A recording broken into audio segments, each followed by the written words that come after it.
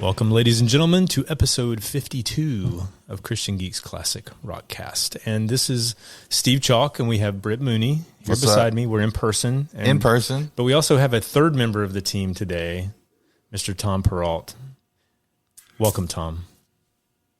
Is that my cue? Should I just stumble out on stage? Yes, that's your cue. We didn't bring the hook. There's no band playing. It's just you. Hey, it is such an honor and a dream to be with you guys. A dream?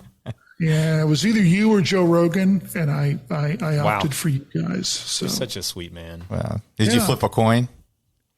Yeah, it was tight. He's not really into Striper as much as you guys are. So we got that going for us. Big deciding factor. There's very, very few cases where that works in our favor. Almost none. But no, back in the 80s, I'm sure a lot of ladies were very impressed with your love of Striper, but you'd be surprised, very few. But the I think that Tom, besides just me knowing him over the years, and we met in a interesting location at the Masters golf tournament through mutual friends. So, and we hung out that day and realized, hey, he's pretty funny. And then we were hanging out at NRB this back in, what was it, February, March? Something this year it was late May. It was May this year. Yeah. Oh yeah. Well, yeah, that because we recorded a couple episodes. We did, and those just aired recently. Anyway, I was talking to Tom down there and realized and I don't know if we even talked about it in previous meetings, but it's like we started talking about music and I realized that Tom is one of us. Tom is one of us. He's one of our people. Yeah. When it comes to this stuff, and and we have a good group of people who listen, who we feel like are, we'll air quotes, our people, just kind of people of the same ilk. And when you find people like that you enjoy hanging out with and being around and you feel like they might add something, then, here we are. I asked him to come on the show, and you can tell us a little bit about yourself, Tom, kind of what, why would I ask you to come on the show? Yeah, boy, it's a mystery. I would say, part of my dysfunctional upbringing in Christian radio. I'm a second generation Christian radio guy. Started out, working in high school and college in radio. Like you, Steve, I spent some early years running the control room board, covering weekends and overnights, and playing Christian music, some really terrible Christian music back in the day. Mm-hmm. And then spent the first 10 years of my career in radio before moving into other areas of media. And I spent about a decade on the periphery of the Christian music industry, primarily in the 1990s, which was a very interesting sort of developmental decade for Christian music, because the stuff that we talk about a lot and enjoy a lot was kind of in the 1980s, but the production level, the acquisition by the major labels, a lot of consolidation and acquisition that occurred, and of course the quality also took was a big transition in the 1990s, when I was sort of part of that world with two different. I was with the world's first all digital Christian music satellite network back in the 90s, and then I was later with a different group. The two times I lived in Nashville, and hopefully that's the last time I will live in Nashville. We're both sort of organizations that served that particular genre. And then, like you guys, maybe, not sure entirely, back in the 80s, I would wander into one of the hundreds, believe it or not, of local Christian bookstores in the Houston area every week, in the hopes that I would stumble across something that I could put in the cassette deck of my 82 Mustang. So And people today, they don't. Some of them may not realize there were Christian bookstores. There were some in the Houston area that were 5,000 square feet. I mean, just massive. Not Walmart size, but really huge in terms of books and Bibles. But that section of music that would occupy an entire corner of the building, and you would either listen to tracks that you might try to sing at church, Yep. Or you would listen to, what's this Daniel band? Well, this chart here by Paul Baker says it sounds like Rush. Let me check it out. And, it doesn't sound anything like Rush, but hey, I've got $9. So, Exactly. we were so desperate for our music, and, so the album we're going to talk about today totally fits that, because even though I can't tell you a ton about it, it was absolutely critically influential on me and my friends back in the mid 80s. Yeah, and that was when we talked. I was like, I should have you on the show, and if I do, you have to pick an album. And right then, you told me what the album would be. And so, and it's not an album that we've done before, which is Vector's "Please Stand By," which, if you Google it and you try to find information on it, there's not a lot there. There's not a lot there. So while you were talking, I remember going into some of those larger Christian bookstores, and I don't think I went to any other part of the bookstore rather than the music section. I think it was like a beeline past the cheesy plaques and, whatever, paintings and refrigerator magnets. And I just like, it's like didn't even look at that stuff. I just went straight for the music, and I knew exactly, and whatever, we had like 3 in our area here in Gwinnett that were pretty we were going to go to those. And then those, and you knew exactly, not only did I go straight to the music section, I knew exactly what part of the music section I was going to look at. Like, I didn't look at any other section. It wasn't like I was checking out Sandy Patty too. I was like, nope, I'm right here. All the metal, alt rock, hard rock is all like right there. I grew up in a very small town in the 80s, and we had, there's a mic there. That was wow. We almost lost a microphone. But we had one small bookstore there, and I knew the owner, and she was like super cool, and she knew what we liked, and she would sometimes order stuff, and she would say like, Steve, I saw this in the catalog and I didn't know what it was, but it looked like something you would like. So I went ahead and ordered it. It was kind of those sorts of things. Yeah, it was great. That's the best. But then I moved to Atlanta in 91, and that's when there was a bookstore in Decatur, just outside Decatur, Georgia, where I started going consistently because I lived in Decatur at the time. And then I discovered one up in Smyrna, and I can't for the life of me remember the name of. I'm sure that if we have some Atlanta listeners, they'll probably know exactly what I'm talking about. But there was a big bookstore in Smyrna, had a massive following, and those places it was like going into a Tower Records for me. Absolutely.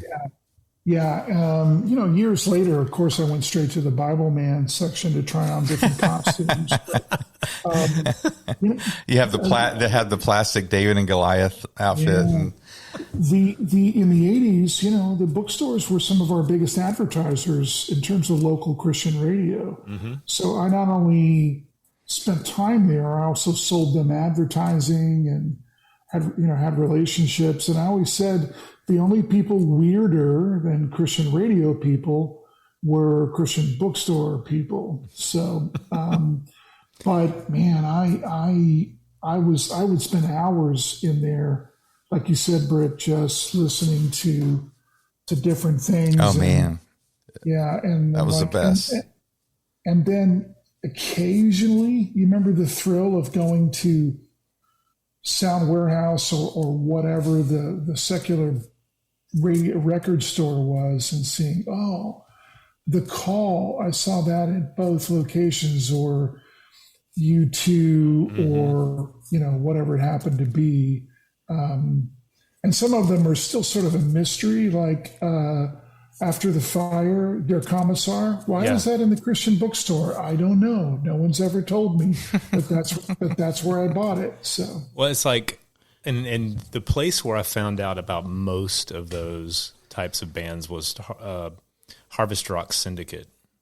Yes. Do you remember that? And it's like Brian Quincy Newcomb, and he would tell you, like, these are all the people of faith making music that you might not find in the Christian bookstore. So, and I discovered a lot of bands back then that way. And some of them, like you said, some of them are still a mystery to me. Why? Like Seven Stories, it was this Australian band, and I loved the album, but I still, for the life of me, still can't figure out why they were.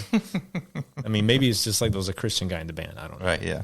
Yeah, we would grab onto any semblance or piece of it, and think, oh, this new song from Rush mentions God, so that's a really so it's okay to listen to.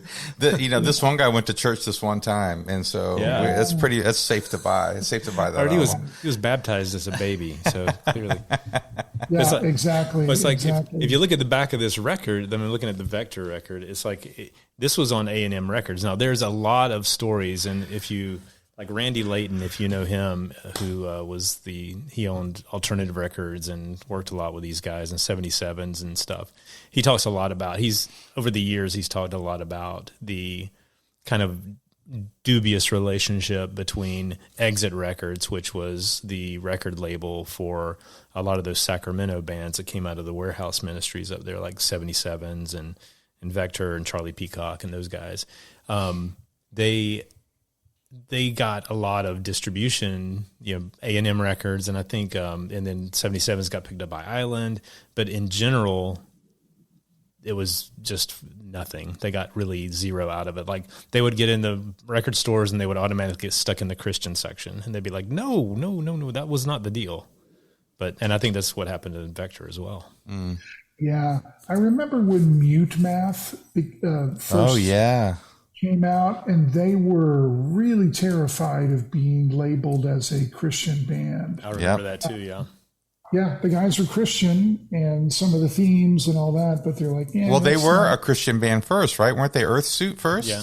Yeah, when they were Earthsuit, they were a Christian band, but they were trying to distance themselves from a market. I love Mute Math, man. Oh, yeah. Yeah, me too. So good. Especially before their drummer left or whatever. The one that duct taped his headphones to his head. That was awesome. Yes. Yeah. That was awesome. You guys do that, don't you? I can tell. Yes. Well, when the podcast gets especially exciting, we have to, I know. Yes, we have to get creative. Start bouncing off the walls. You invert yourselves, and cool. Yeah, we're here in my kitchen, and it's like, my wife has actually put the kitchen table on hydraulics. It's really cool. So Tom, tell us why this was an immediate album. Like when Steve was like, "We got to get you on," and what album would you do? And why is this an immediate? I want to do Vector. Please stand by. A couple of things come to mind. One, if I think about my list of favorite Christian albums of all time, I would have assumed you guys would have covered the Steve Taylors, Daniel Amos, The Choir, Charlie Peacock, Charles of Clay, White Heart, 77s, but not as many people remember the brilliance of these two guys, 2.5 guys, and the work that they did, and how awesome it really was musically in particular, but also because, this is 1985. So in 1985, me and my friends were listening to The Cars, In Excess, The Fix, Psychedelic Furs, Peter Gabriel, Big Country, The Cure, U2, etc. And this musically, to me anyway, unlike most of Christian music prior to that time, was absolutely just as good musically. And part of the reason was the keyboard player and producer Chuck Wild was from Missing Persons, which would have been a band that fits into that category. Yeah. And they really captured something, in the moment. And it's just been something that me and several of my friends to this day, and the reason, Steve, by the way, I don't have the album is because my friend Chuck down in Austin has my copy. And I was just down there maybe 6 weeks ago, and we stay up till 2 or 3 in the morning listening to vinyl. And this was one of the, we're listening to whatever random stuff from our younger days that we want. It could be ELO, could be anything, but Vector is one of the things that we listened to and played the entire album. And there's just somehow other than the 77s and of course the first Shards of Clay album, there were a few other things that came along when you're young that are just like, that made you feel like, okay, I'm on the right team. Okay, I get it. This is really awesome. And it just made you feel better about the fact that not everybody in your world artistically were losers. And and these guys, this was just such a seminal product for that time period, particularly because musically it sounds like the quintessential 80s sound.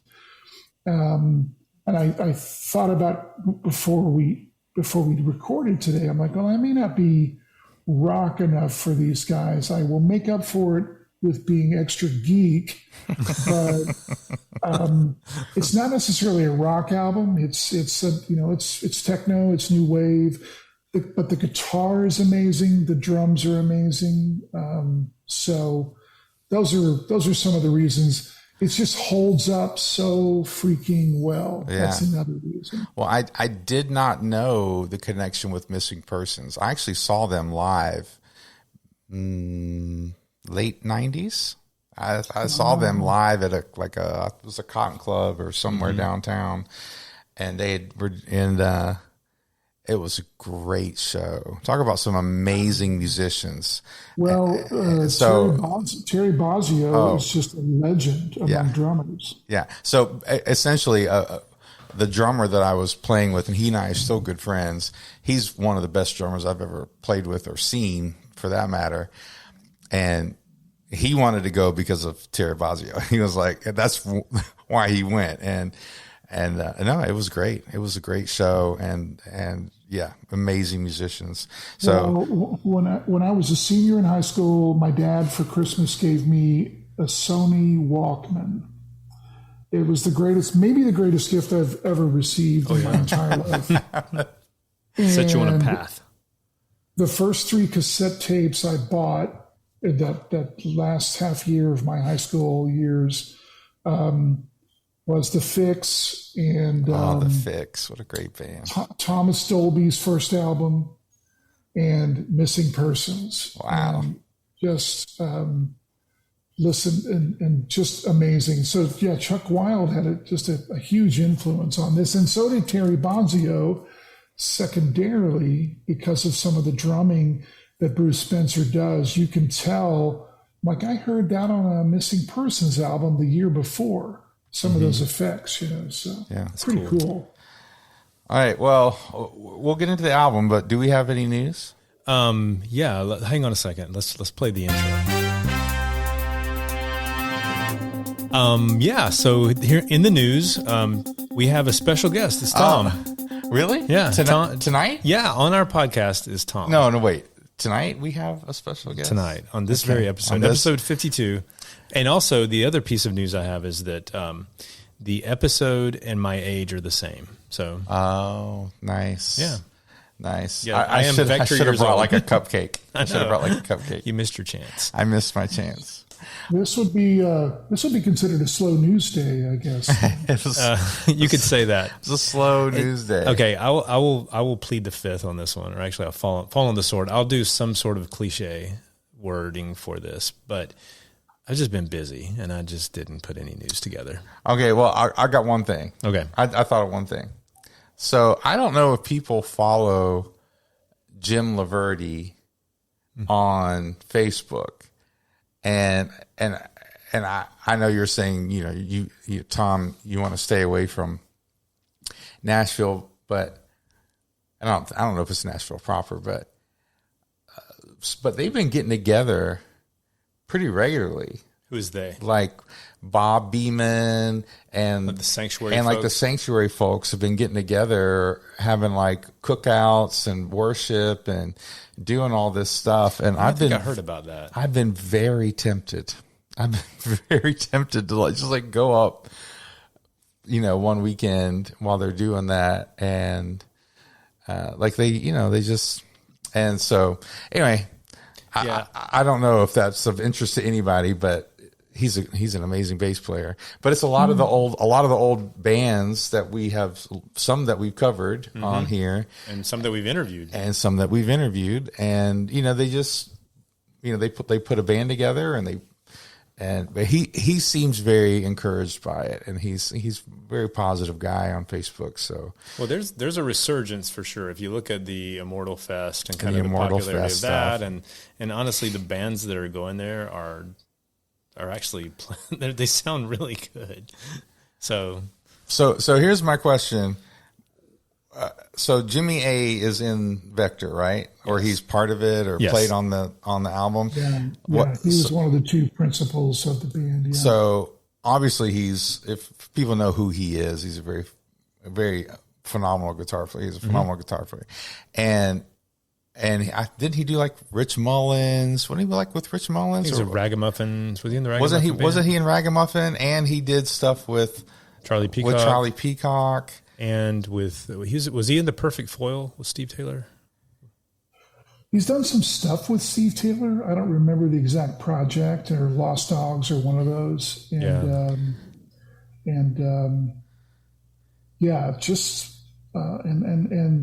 know how them and the 77s had some interchangeable parts for a little while there, and I think with Charlie Peacock as well. Yeah. So. Anyway, so, he was in the Perfect Foil. Yeah. So just again, there. Full disclosure, when Steve said, "Hey, we're going to do this album," I'm like, "Well, I have heard the name of the band Vector, and I know about some of that connection in that world, but I'd never listened to an album all the way through." So, you know, and it's a solid album. It's legitimately, you know, and I wasn't as into, like, I didn't buy that sort of music, but I knew, you know, growing up in the 80s, you listened to all that stuff, you know, and Human League, yeah, I heard some of that sort of new wave sort of elements to this, and I think you're right. It holds up as it's dated now, right? Is very dated in the sense of the sounds and the stuff like that, but definitely holds up. You know, so you don't listen to it and think like this is subpar. No, because there's some things that I loved in the 80s and I pop it in now and it's like, yeah, this is kind of subpar. Right. Yeah. I mean, like I said, it's dated and so, but it's not, but it is very high quality stuff. And like for its time, but that's kind of what we do. We do dated stuff all the time. No. Well, you know, the other thing is they were earnestly committed to the product and the production and the style and everything. So it wasn't like Tetra doing Beat the System or Farrell and Farrell doing some techno album. You know, this was right in their lane at the time and place it was. And, you know, it was, there's some of the Cure, Psychedelic Furs, there's some crunchy guitar, there's a lot of things going on, but, you know, really, really cool. And this was at the height of MTV's popularity. So that's where you were hearing, that's where you would get most of your new music. Oh yeah. And so a lot of these bands that you wouldn't necessarily hear on the radio were the ones everybody was listening to. And Vector, although they weren't an MTV staple, of course, they fit right in there with that sort of that sound of that time frame. And super talented. Jimmy A, I don't know if you guys remember, in the early 90s, he had a couple of albums on, I think it was it Word? I'm not sure. Just really great stuff. Yeah. Yeah, I remember it was sometime around that time. My brother-in-law has told me this. He was a youth pastor back in the 90s, and he said that he was at some kind of youth event, and he would remember what it was, obviously. But he said that they brought in a homeless guy, like off the street, and brought him up there, and they did some kind of thing with him and prayed for him, and it turned out it was Jimmy A. Because that was when he had that big kind of scraggly beard, and but everybody was like, "Oh, you got us," because that was back whenever he was obviously a little more in the mainstream, and people kind of knew who he was. But I don't know. There's a story there, and I couldn't tell it because I don't know it. It's making me a little uncomfortable, to be honest. That's really cool.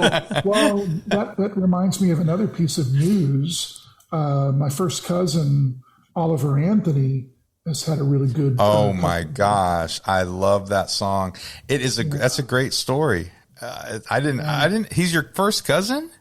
No, I just made that up. It was pretty cool. Yeah, no, it's a great story. I dig that song. Yeah, and I think it was the Babylon Bee put that thing. Oh my gosh! Said how the country music industry is. He's number one on iTunes today. That's awesome. His song is number one on iTunes today. I noticed that the video he released on YouTube talking about what's going on in his life. The vehicle he was in was suspiciously nicer than the vehicle a few days ago. So. Right. It's amazing how that happens. So, all right. So we talked about the album. We need to talk about artwork. Oh, artwork. Yeah. See, I remembered it this time. Oh, okay. Got it. Okay. Well, as with all Vector stuff, it's Jimmy A inspired and art directed and designed. And he's a very talented artist. And he sold some of his stuff on Facebook, and I don't know if it was just prints of it, but I know he had some like original stuff. And I really wish I could get some of this stuff. But yeah, I mean it's kind of a, what would you call that? What style of art? That's modern art. Yeah, modern art. Moderny. That's almost government. No, I'm kidding. But the coolest part of the album cover is the photos of the three guys on the back. Yeah, that's what I was about to mention that.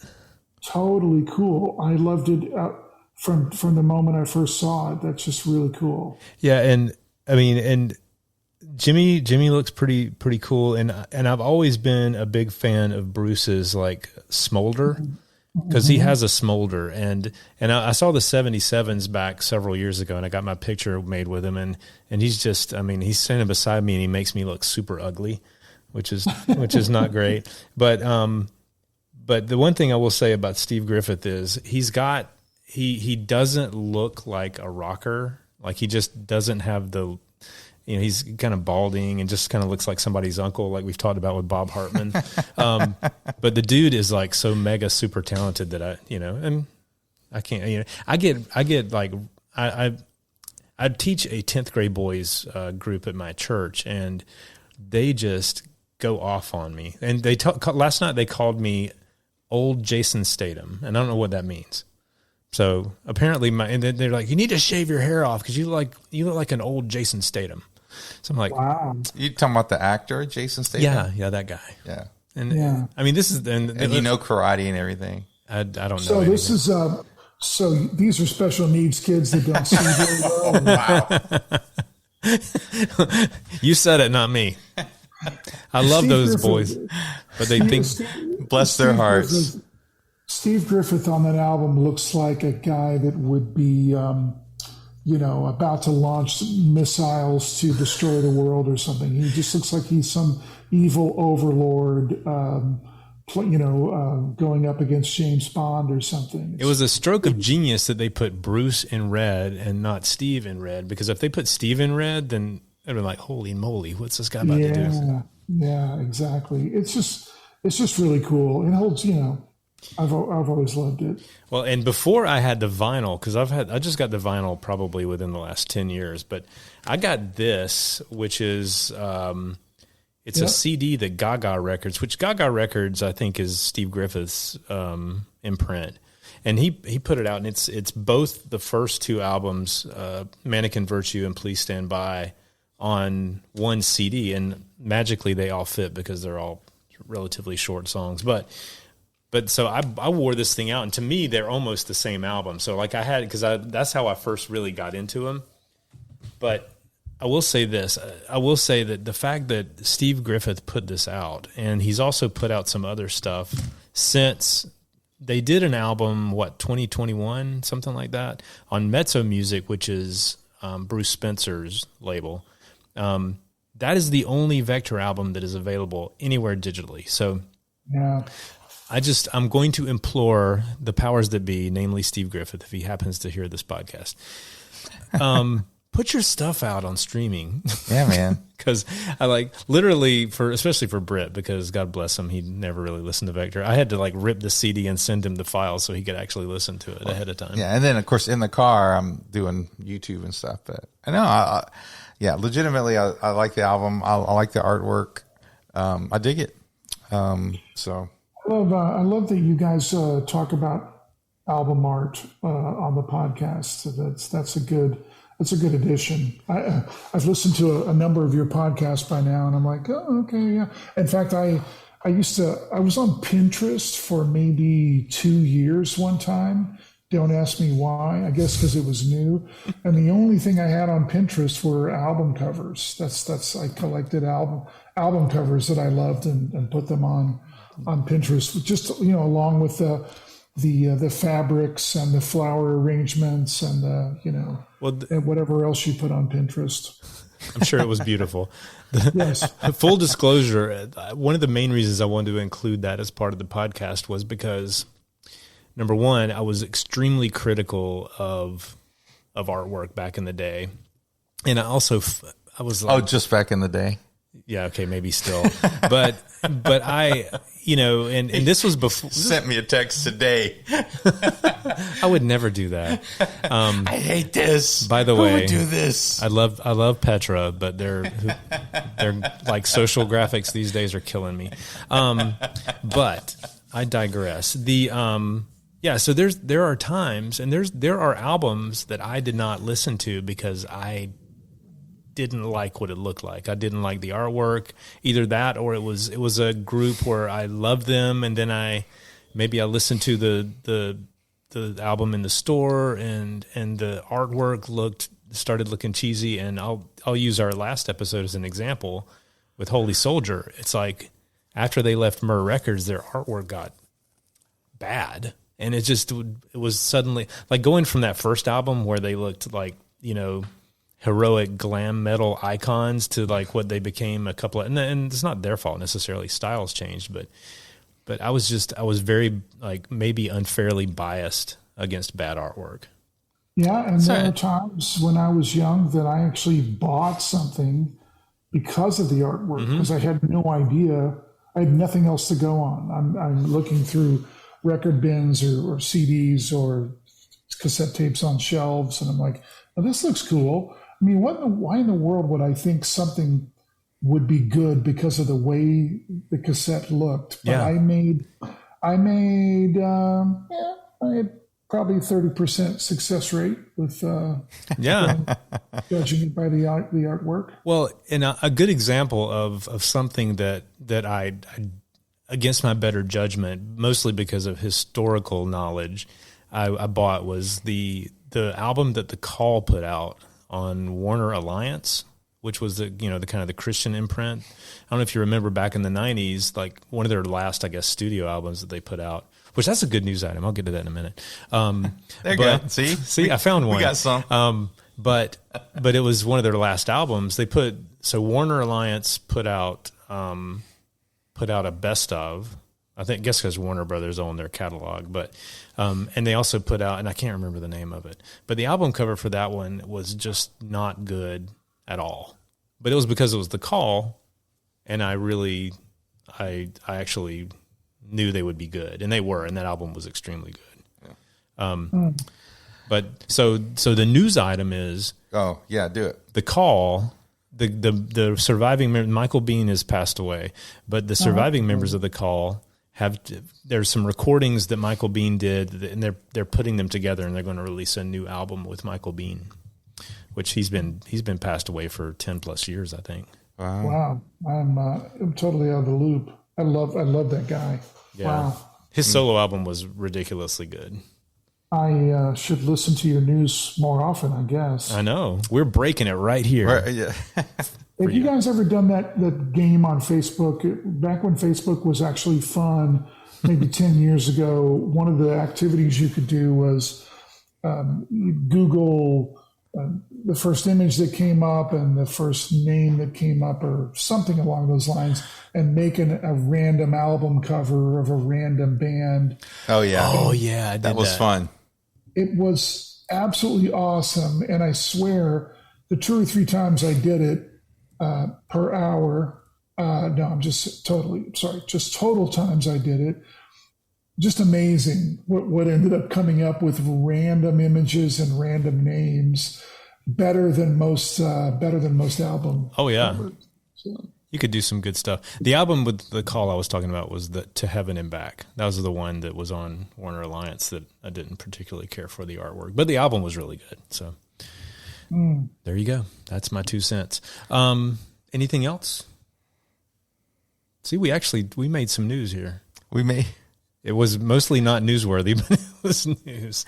We're making news. No, I think it's time to get to some songs. What do you think? I think it is. Now so I'm going to go ahead and plead dumb, because normally Britt controls the music, and tonight, I think I did the first episode we had I think the One Bad Pig I did, and then you've done every one since, and so maybe that's true. So this is going to be, and the other thing too to note is if you own the record, the song list on the back of the record is wrong.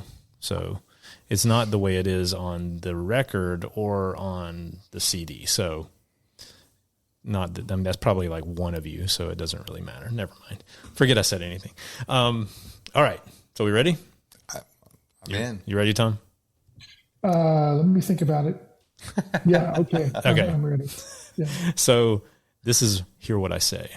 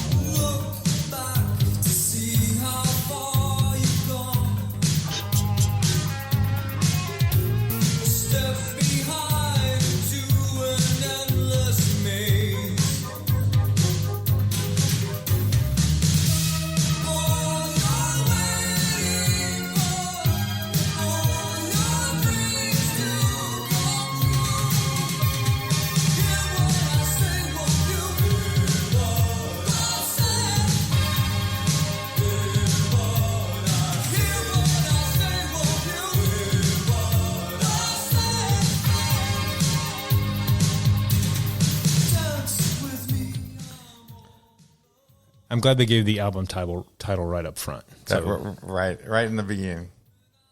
Yeah, it's just good. I mean, the one thing I will say about there's a couple of things I wanted to note on this first song. Number one, the songwriting, whether you care for the style much, the songwriting is just really good and solid.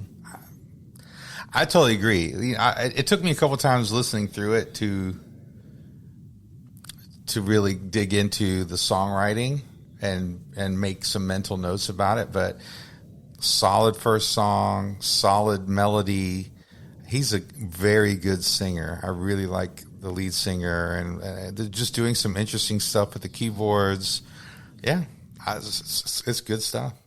Yeah, they come right out of the gate with, big synths and a lot of reverb and this amazing big drum sound, and it just evokes that time period. They just kind of nail it. They set the tone for everything that follows. I don't know anything about the production of this. What was it? 2 weeks? Was it 2 months? What was it like? Yeah. I just know the people involved and how much I think of them, and just how amazing, and just hearing the influences of all of this time period and the technology and what the instruments they were using, but also just all the little flourishes that Chuck Wild included, Jimmy A, some of these guitar licks that seem a little casual, incidental. Those are just amazing little touches they put on every single song on this album. And maybe just frosting on the cake, but just a lot of fun. Yeah, the thing about Steve Griffith, and he's got a great voice, and even if you listen, I mean, even up to the latest album, his voice is still super solid. But it's interesting how, because his voice has so much range, that he's literally singing duets with himself, as like he sings like the low bass part, and then he'll also sing like the high the high parts, and then they work so well because it's his same voice, but it's in he's got his head voice and his I mean I don't know, the whole thing works together really well. Because I was trying to pick out other. I know there's other vocals, and I know Jimmy A sang vocals, and some and I'm sure Bruce is a good singer too, so he probably sang some too. But those moments where you hear Steve singing with himself, not this Steve, but that Steve. Yeah, that's good. No, solid songwriting, and it totally fit the time. But for me, the drums were a little too loud. Like the first time I had to listen to it a second time because the drums were just loud. But that was what the new wave was at that time. New wave at that time was like, man, that you wanted that drum sound right up front.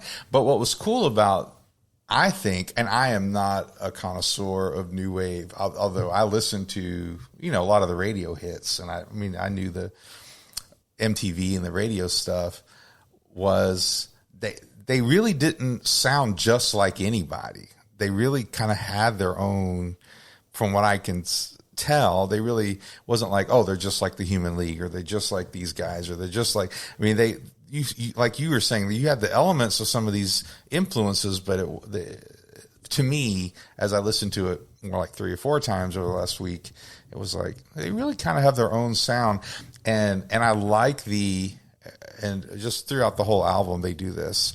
They, the bass and the drums are solid and interesting at times, but that really gives the keyboards and the guitar room to be more decorative, maybe, to not have to carry the song. They can just kind of do some interesting things. So, yeah. Well, and I didn't mind the loud drum sounds, mostly because I felt like, and this is painting with a broad brush here, but a lot of Christian music was a little wimpy at the time. That's true. So it's like hearing something that was produced with the punch up front, because it was like, no, and I don't know, I'm making stuff up here maybe, but it's like, we can't pull the music. We got to hear the vote. We got to hear the lyrics. We got to understand, it's church music. But I felt the same way about the first Code of Ethics album too, which was, it had some punch too, but.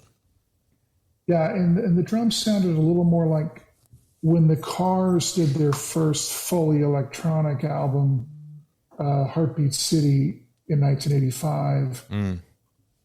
Those drums just sounded somehow better than Beat the System from Petra, which was really, very mechanical. Or what was Boston's terrible album they did in the mid 80s where they used third stage, where they had so they did away with the drums, and it was so hilarious that on the liner notes for that Boston album, they're like, hey, we use this analog this and analog that, and we only use this tape, but we had an electronic drum kit, and we programmed the drums. It didn't sound anything like that. This is a little more full. So I like Steve said, I give it a little bit of grace just because, it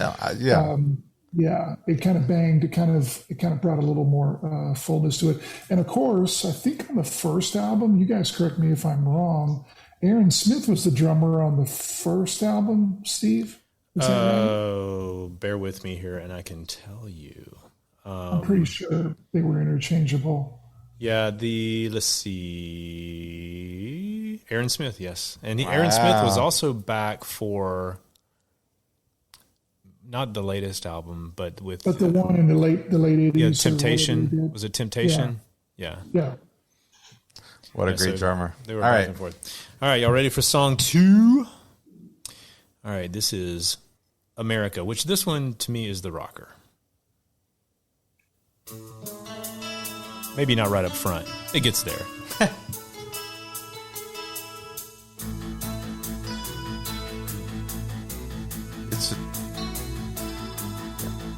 They're different order on them.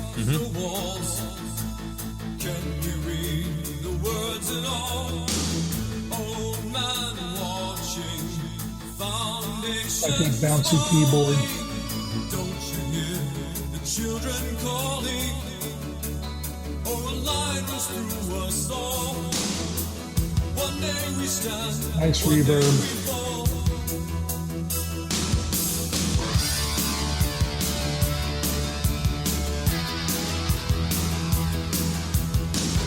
People dancing in a dream, drawn toward the silent stream.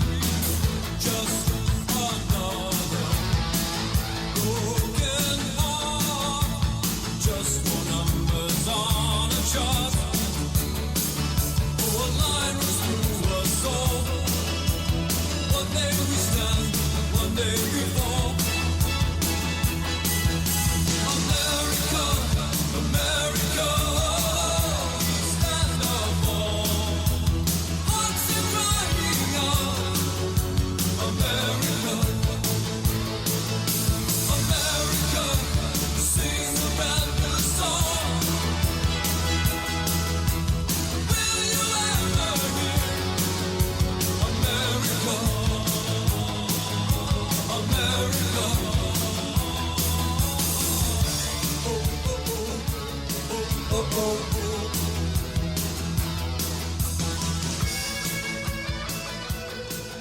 He has such a great ear for melody and memorable.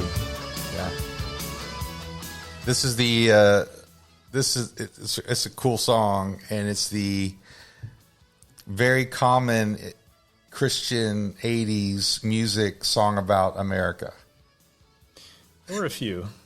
There were a lot of songs of the 80s by Christian artists talking about America, one way or the other. Can't do that anymore. True. So anyway, it's a cool song though. Well, I prefer it to Bruce Springsteen at least. So no, it's an amazing. Yeah, and you hear a little more of In Excess in that than you would hear anything more techno. Or whatever. Good call. Yeah, good call. Yeah. Yeah, it's about as rockin' as they get, but they do it so well. I mean, Jimmy A is just such a great guitar player. So he holds it together well. But again, going back to the songwriting and what I said in the last song, they just know how to put together, a memorable hook and a memorable, just the chord progressions and the way that they, the pre-choruses and the bridges are just all so good. It just sort of, I don't know. Well, a lot of that is also great producing, just like we were talking about with Holy Soldier, is there's no wasted effort. Everything is there on purpose and somebody thought, if you're going to do something, let's do it because it works, and knowing that there was some connection with missing persons helps make sense of that. Just no, we're not just going to throw something together. We're going to make sure it works. So yeah, you can totally hear that. Good stuff. Y'all ready for song 3? This song is I think this was one of the bigger sort of hits of this. I mean, and I say hit, I put air quotes around. I'm not sure there was any. There's a dance mix later. Yeah. And the dance mix is on the CD. If you buy the CD that has both of the, has Mannequin Virtue and Please Stand By, you get a dance mix, which is actually, I listened to it today in the car and I cranked it up and it's really good. It's very nice. Okay, let's go. This is called Surrender.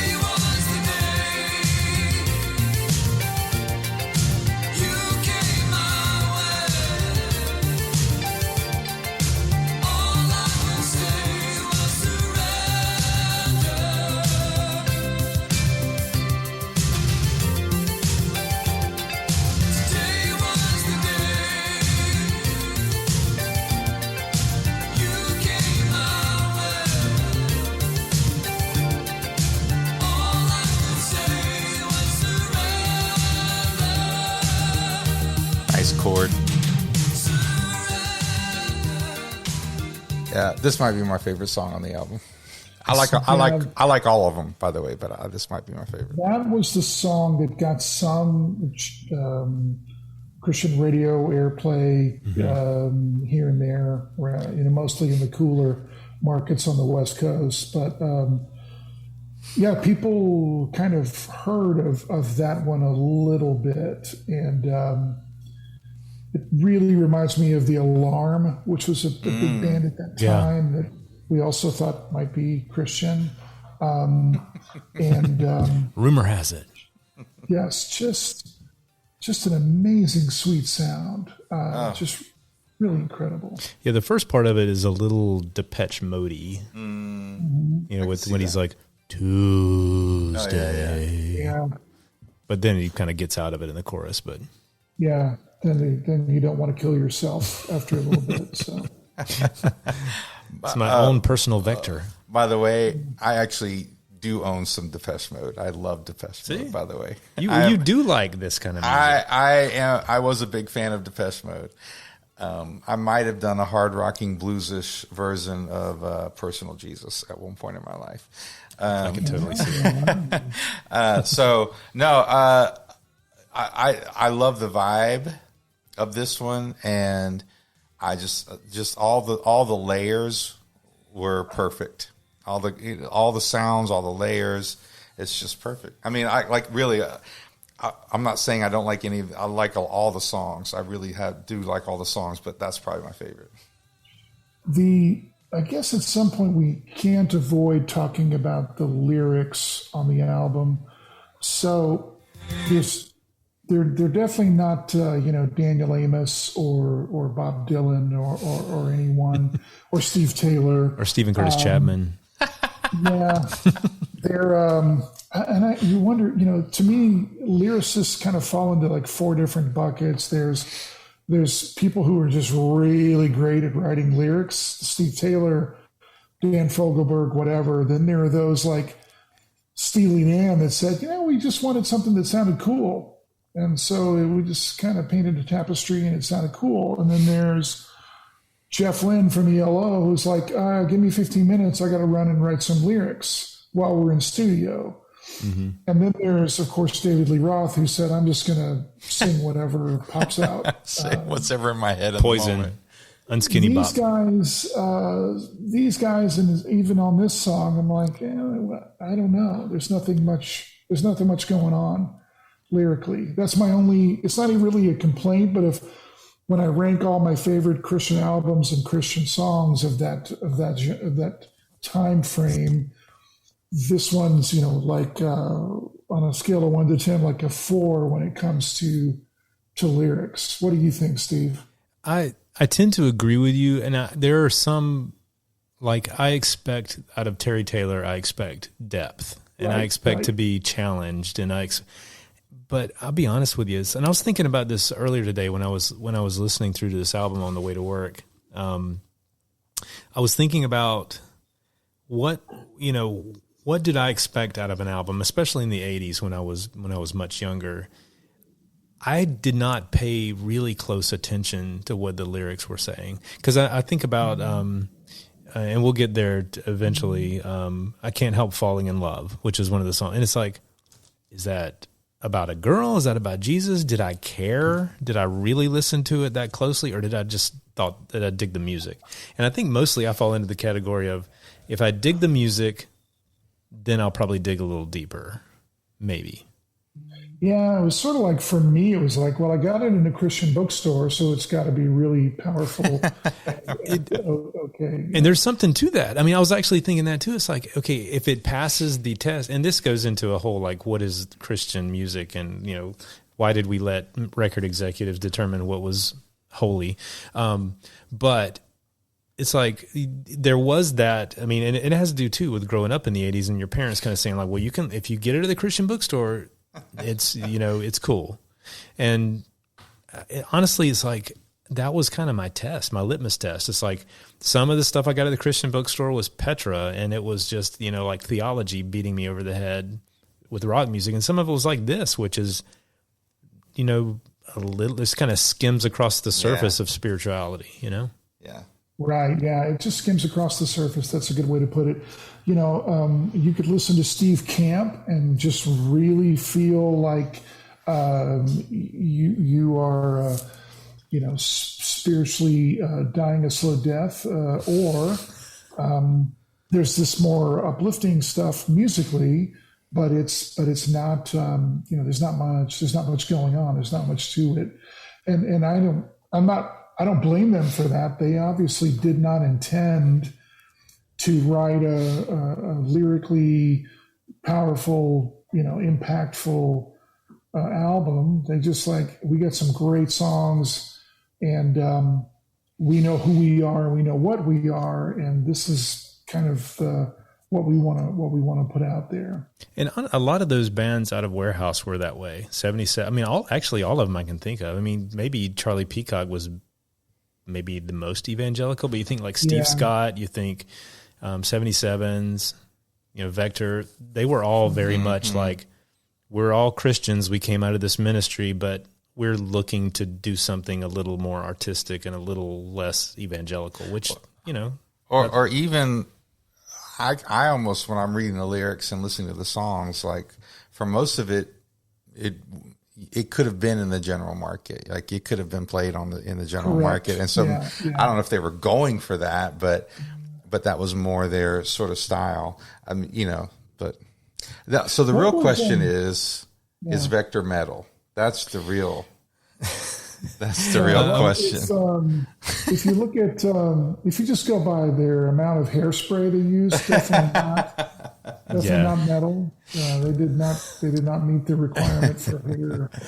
So, well, there's an ongoing joke that we have about from the Christian metal group, which you probably are not a part of on Facebook. There's people will post things about like, oh, this band is great, and I just love. They're such a great metal. This is not metal. This is not metal. This is not, Striper is not metal or whatever. And it's like they go, and I couldn't care less really, but it's. So we make fun of it. We make fun. It's fun. So every band we have to ask if it's metal. Yeah. So you ready to hit another tune? Yes. Oh, we're already into it. Hang on. This is what happens when you just let the music play itself. All right, ready? No, that's not Nick. Oh yeah. Wait, hold on. There we Should I go. talk There we about go. There you go. sponsor or There you go. something? There you go. I'm getting very confused with the difference between the record and this, and then I'm on iTunes and All right, old Jason Statham. Yeah. This is called a cell phone. No, I'm kidding. I've never seen something like this. All right, let's go. I love this song.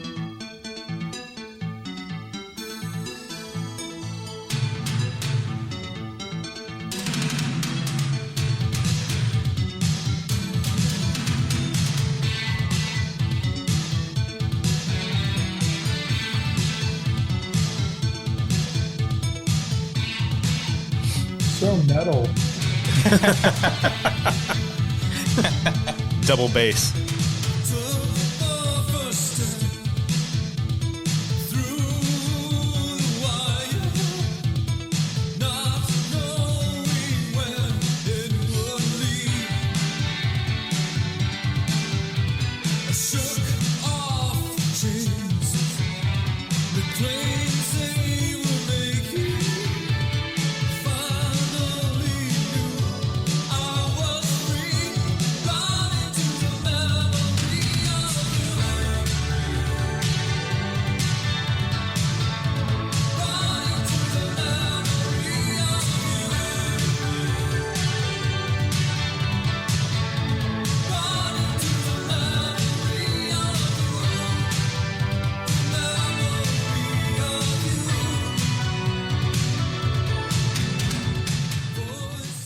They had some nice chord changes. They thought about it and do something a little different, and it worked. And melodically, it was simple, but it worked. I liked it. That drum loop just keeps going. It does, and near the last minute of this song, there is a decided Chuck Wilde, Terry Bozzio part that is amazing, that is almost lifted from a Missing Persons album that came out of 6 to 12 months earlier. There was a song on a Missing Persons album called If Only for the Moment that's got this incredible rolling, echoing drum fill through the last minute of the song. And it's captured again, more or less, in this song as well. Just that big extra fill that's going on at the end of the song. We could even probably get there. Let's see. Oh, I don't know. Let's not hurt ourselves. I don't know how to operate this newfangled machine.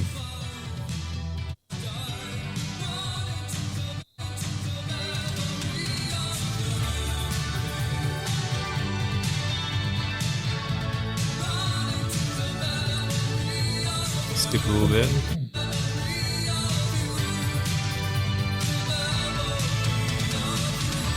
There we go.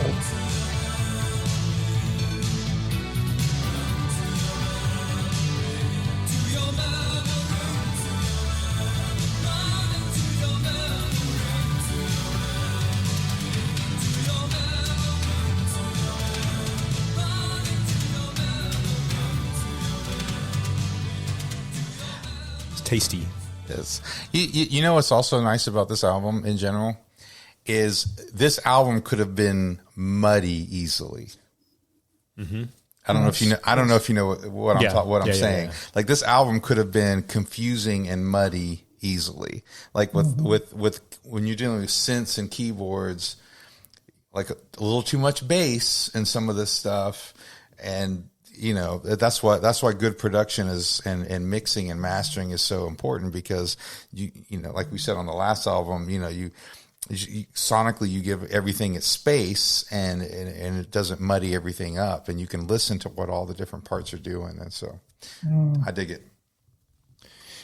That's good. This next song, and I swear up and down, the first time I heard this song, I felt like I had heard it before. I felt like I had heard it on like pop radio, but I'm convinced I may have, but I don't have any proof because it just feels like it was a pop hit somewhere.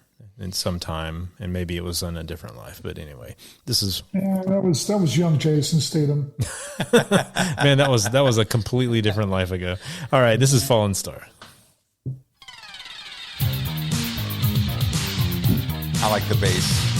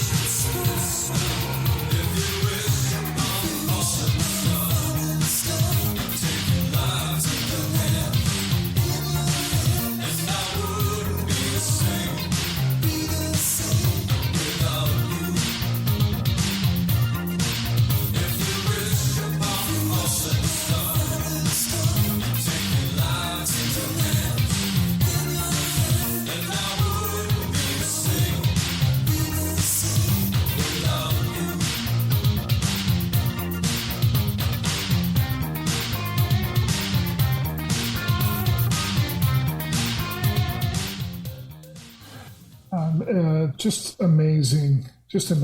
I don't know how well the fidelity on those two vocals are coming through. Oh, Hopefully you guys are hearing that really great. But Yeah.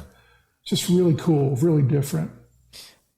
I've always loved this song. I mean, granted, it's low hanging fruit, but this song and Surrender are the classics to me. I mean, I could listen to them over and over again. Yeah, I'm going to be a little controversial. Hot take. This is probably one of my least favorite songs. I knew I didn't like you. I don't know. Like, it just doesn't. It doesn't. I mean, I like the parts and I like parts of it, but it just doesn't. I don't get into it as much as some of the other. Like a couple of these songs, but maybe you should ask Jesus into your heart. I should. There's no accounting for taste here. So I need to fall on my sword, or in this case, fall on my iPhone. This was the song I was actually thinking about with the crazy missing persons drums at the end, not because I'm looking at my list in the order of the songs, which is a little different than kind of what we're going through. And I'm like, it doesn't sound quite right. But I just love that crazy new wave, weird techno. There's a little Depeche Mode. There's a little New Order. There's a little, as far as the two vocals. And I listened to this in my car a couple of days ago, and I'm not sure my speakers are going to survive it. So, what was the guy's name that did the song cars? Gary Newman. Gary Newman.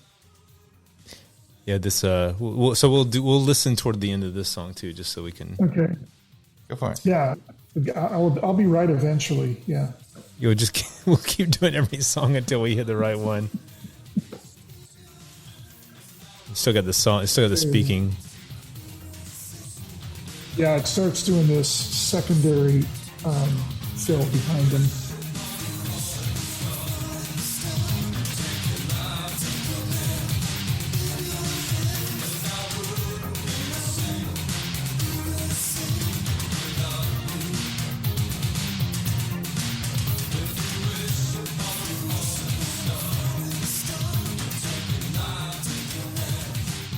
Yeah, it's just good stuff. Percussion wise, yeah, it was quintessential 1985. It was as good as it gets, regardless of artist or genre, and regardless of whether Britt liked it or not. Yeah. Well, if we could have gotten them to maybe flourish the the hairstyles a bit more, I think he would have been on board with I think that. so too. Right. You can't even see their hair very much in these photos. No. It's a little bit of a. I like how like Bruce and Jimmy have the hair falling in their eyes, the curls. You know, they got this little Jerry curl going on. It's good stuff. Definitely not metal though. No, not metal. They look like something's about to go down. They're looking at me like, I don't know, but something's about to go down. Catch me outside. Yeah, I was just cast in a Martin Scorsese film. This is my look, you know. So. Well, the next song is the song I was mentioning earlier. That it's a love song to someone. I don't know if it's Jesus. I don't know if it's a girl. Who knows? But it's the ballad.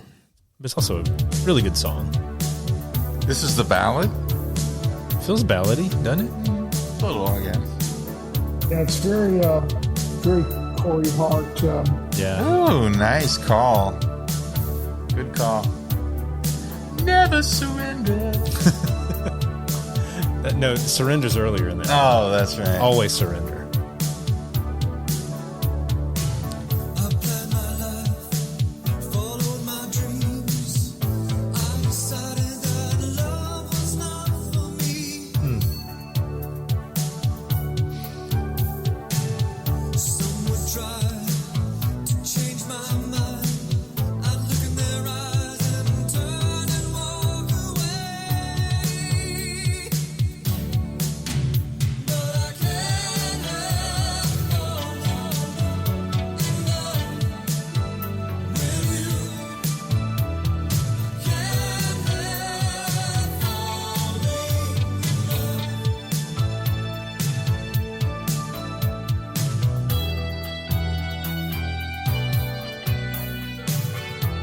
That's very 80s. Yeah, I actually really like that one. I mean, like it's got space to it, and it breathes well. Maybe that's the part I don't like about Fallen Star. Like it's almost too busy. Like this, there's room to breathe in this song. It's a palate cleanser. It is a palate cleanser, but it works. And it's as much as I'm thinking, is this a cover of an Elvis song? But it's not. It's one of 3 songs that Chuck Wilde helped write on this album. By the way, there, I dig it. Yeah, it's really well done, and just I think there's a number of really obtuse, asinine reviews of this album if you can find online. You can't find really anything that really captures what it's actually about or what was going on or how important it is. So, for example, CCM Magazine ranked this as the number 448 of the 500 most important or greatest Christian music albums of all time. Wow. So you're thinking, 448, that's not too bad. And then you see some of the crap that's in front of it, but still, it's on the, it made the list, even though people don't remember it necessarily. But there were some of the reviewers they just didn't get it at all. They're like, oh, this band doesn't really know what they want to be. It's all over the place. Some of them admit they don't care for Christian music, so I don't know why they're bothering to write a review. But to me, it all fits together. It's all part of the package, and I appreciated this one being on there. Yeah, I totally agree. Yeah, good song. I mean, it's a good, solidly put together song. Good, well, I mean, like everything on here. Also, if we could go back to the end, there's this drum part. No, I'm just kidding. I'm gonna.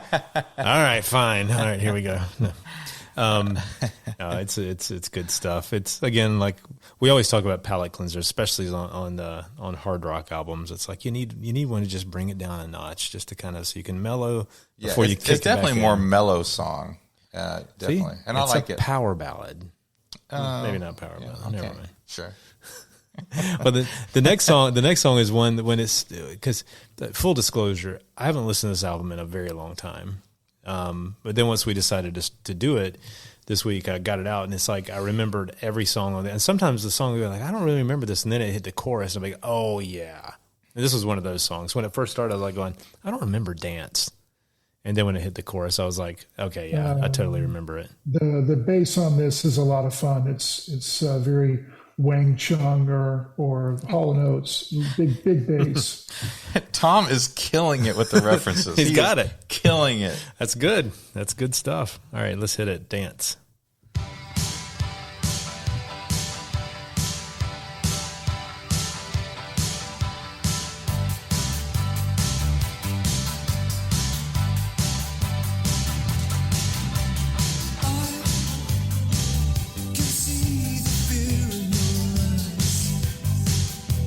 The bass is great. Yeah.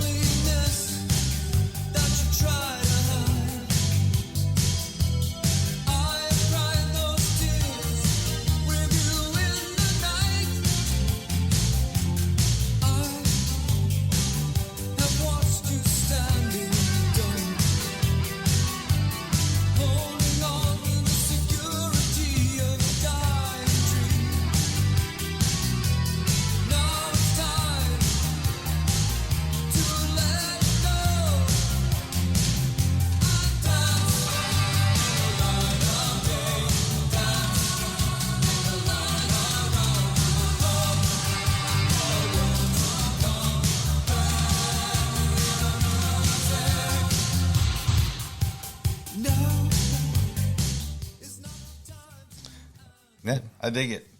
That chorus is an earworm. I think that's why I remember it so well. It's just kind of like it sticks with you. Mm-hmm. Makes me want to dance. You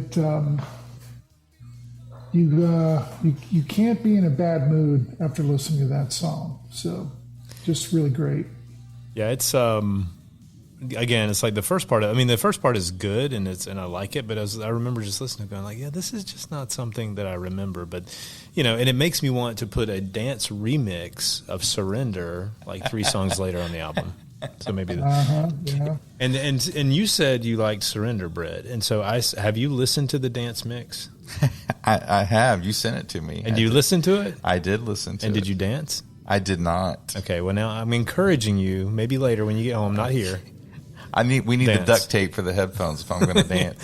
I think so. Well, and as a very young man, those lyrics actually did inspire a little bit. There's actually some sort of spiritual connection there as far as the encouragement and dance in the light of day, dance for the light around you, dance for the world to come, that sort of thing.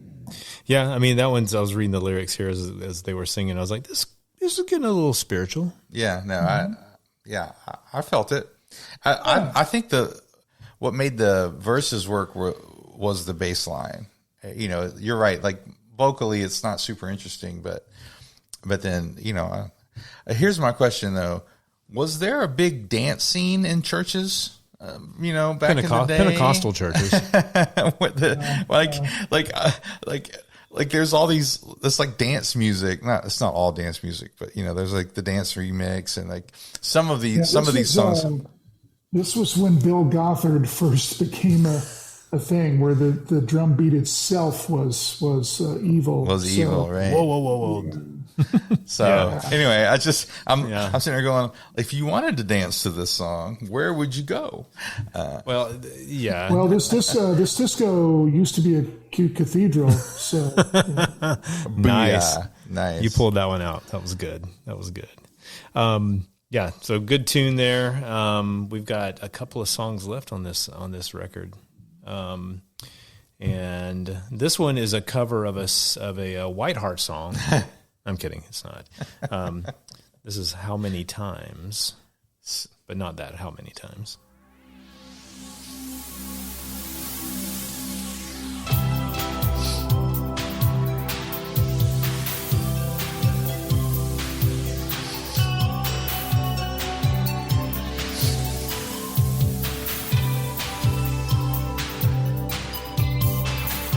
How many times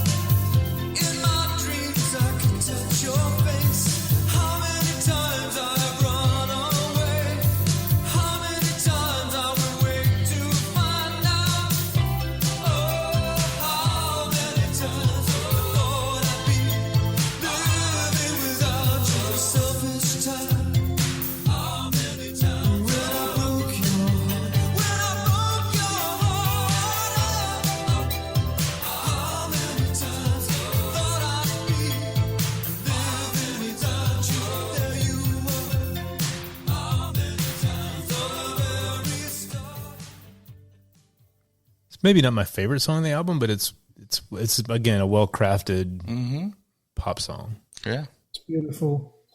Probably, of course, none of these songs were released, I'm assuming, as an accompaniment track in a Christian bookstore for users like me to sing on a rainy Sunday night at church. But Surrender Dance Mix was. If how many times might have been the one if they'd ever done that. So yeah, well, when I hear how many times, it's like you're reminded of, how many times, 70 times 7, right. And so I'm assuming that's probably where, they didn't go as overt with it as White Heart did, but I'm sure it inspired David Meese. So David Meese was an inspiration to us all. Yes, still is, I'm sure. Oh yes. That's one artist that I really, but again, because you and I have similar backgrounds. It's like there was working at a Christian contemporary radio station.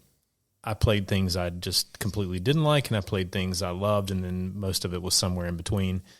David Meese was one of those I actually enjoyed. I enjoyed playing his stuff. Yeah, I generally enjoyed. Did he have any bathroom songs though? I think he maybe had one bathroom song. He might have. He might. The Carmen is the best one though. The Champion was the best bathroom song. There's a story there. So that's next to the last song, and we'll go ahead and crank into the last song, which is another song that was co-written with Steve Griffith and Chuck Wilde, and it's called Scottish Coast, which is a little bit of maybe my favorite song. It's the U2 song on the album. Yeah, so. It's a little bit of a departure, but it's good stuff.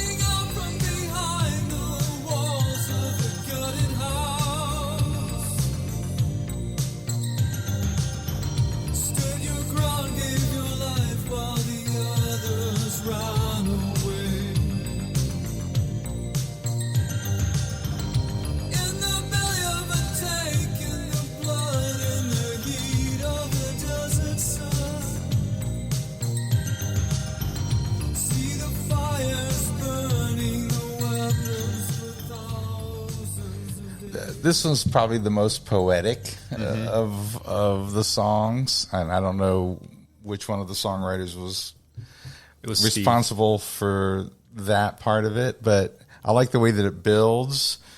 It's not really a hook sort of song. It just kind of builds, but it's really nice. I like the U2 comparison. I like the fact that Larry Mullen Jr. played a great set of this. I'm just kidding. It wasn't Larry, but it did have a solid U2 vibe going there. Like around this time too, kind of that Unforgettable Fire, that era. But all the little nuances they included production wise in this, in every cut on the album, but certainly on this song as well. It's just these beautiful things that they did extra. With the vocals, the person breathing, the breathing sound that you hear like somebody's running, just really cool stuff. Especially when I was 20 years old, very, very cool stuff. Yeah, that's and most of the time I like an album ender that just knocks my socks off. But I think this is a good, solid album ender for this album, because I mean it's well put together. It's not like the song before this one is not my favorite on the album. If they would have ended with that one, I might have been a little bit disappointed. But yeah, I like this song to end. It is good stuff, and we can always hit some dance mix if you want. I mean, we got that going for us. Yeah. So where we dance? Well, we could dance right here, right now. So you could dance if you want to. Yeah. There you could go. leave your friends behind. All right, hang up on him. I'm just kidding. So I guess I'll be back when we do Dogman from King's X. Is that my next? That's your next. That's your cue. Which I discovered. I think King's X is the only metal you like. Is that what I gathered? Is that sort of the King, anything that King's X? Well, I'm King's X, Whiteheart. I never was into metal per se, but anything as good as King's X is certainly the top of my list anyway. So yeah. I grew up. My biggest. I don't know if I told you this at NRB, Steve, but my favorite King's X story is actually a Rush story. 1989, seeing Rush. I think it was the Presto tour in the Summit in Houston, and everyone in town thought King's X was going to open for Rush. Oh wow! It was talked about. There was the buzz in town. It was talked about on radio. Everybody talked, and then they ended up having Primus open for them, and the label did, or the tour manager. But those three guys, right before the show started, walked right down the center aisle with 20,000 people there, walked right down, and Doug Penix had that big hair back then. So everybody knew exactly who it was. And King's X walked right down the center aisle and took their seats near the front, just to let everybody know, hey, we're here to watch Rush, and we probably should have been the opening band. So yeah, that would have been killer. Yeah. Two power trios. Yeah, but hey, I enjoyed it, guys. Thanks for letting me. Hey, man, this is great. Yeah, it's I mean, you're. I can tell you, if Brad, our mutual friend Brad, made it all the way to the end of this podcast, I got to say a shout out to him, because he was so excited when I told him that you were going to be on the show. So that's great. I even texted him before we recorded. And so, so I'm glad you could come on. It's nice for me. I'm on Central Time, so it's not even late like it is for you guys. Oh gosh, yeah, it's past. I bet everybody upstairs is asleep, or they should be asleep if they're not. But yeah, so thanks for coming on. We've got, as I alluded to in the previous episodes, we've got some things happening, some slight changes to the podcast, nothing programming wise. So we'll keep doing what you hear will not really change. But stay tuned for that. I'm trying to build some excitement, teasing. Well, I don't think you should trivialize Britt's, transition that he's going to be going through. So. I didn't want to say anything, but Britt's not going anywhere. He's not changing. I don't think. We haven't discussed anything, but no. I will say this. Usually I have a podcast. I mean, I have a Spotify playlist that I put together for each episode that has the music from the podcast and everything on it, but this episode will not have a Spotify playlist because Vector is not on Spotify, or at least this album isn't. Well, I noticed that you're friends with Jimmy A on Facebook, so maybe you could ask him as well. That's a good idea. I'm not friends with Steve though, but I am friends with Bruce, and I've met Bruce. I probably met Jimmy A too at one point, but like we're not good friends. They would not remember. I love whenever I go to people. It's like, hey, we're friends on Facebook. We are? It's like, yeah, like it was like 15 years ago, and you just were accepting everybody at that time. You had no filter. Mm-hmm. So we'll have a new episode coming out hopefully in a couple of weeks. Like, we're trying to get into a better groove. We still have that one in the can. We do still have that one in the can. So if things get busy, because it is fall and there's football, Color guard and band and just all sorts of things. Because Britt's daughter and my son are in the same marching band, so we're typically show up at the same places, and it's awkward. When you get us in the same place at the same time, it's pretty awkward. But yeah, so again, 5-star reviews are always appreciated. And Tom actually gave us a 5-star review without ever listening to a show, so we appreciate that. That's faith. That was just purely based on character. I know. Character review. That's faith. I don't blame you. I don't blame you, because it's like. Just the quality of the people involved. well, we appreciate you actually coming on here in spite of that. So, but yeah, so we'll be back soon. Make sure to connect with us on Facebook and Instagram and Threads. I haven't been on Threads and if you followed us on Threads, I apologize because I haven't been paying any attention to it like everybody else in the world. But yeah, 5-star reviews, et cetera, et cetera. Mm-hmm. Keep us in mind when you're, putting your will together. If you're a rich person or some business owner and you want to sponsor and throw money at us, or equipment or merchandise that we could resell on eBay, we're here for you. Anyway, well, thanks a lot, Tom. It's Tom Perrault. Make sure you thanks, Tom. Make sure you don't stalk him. But continue listening even next week when he's not here, or next episode. Yeah, awesome. I'll be listening, guys. Trust me. You the man. We appreciate it. Thanks again, Tom. See you later. Peace out, guys. Peace out. Thanks, fellas.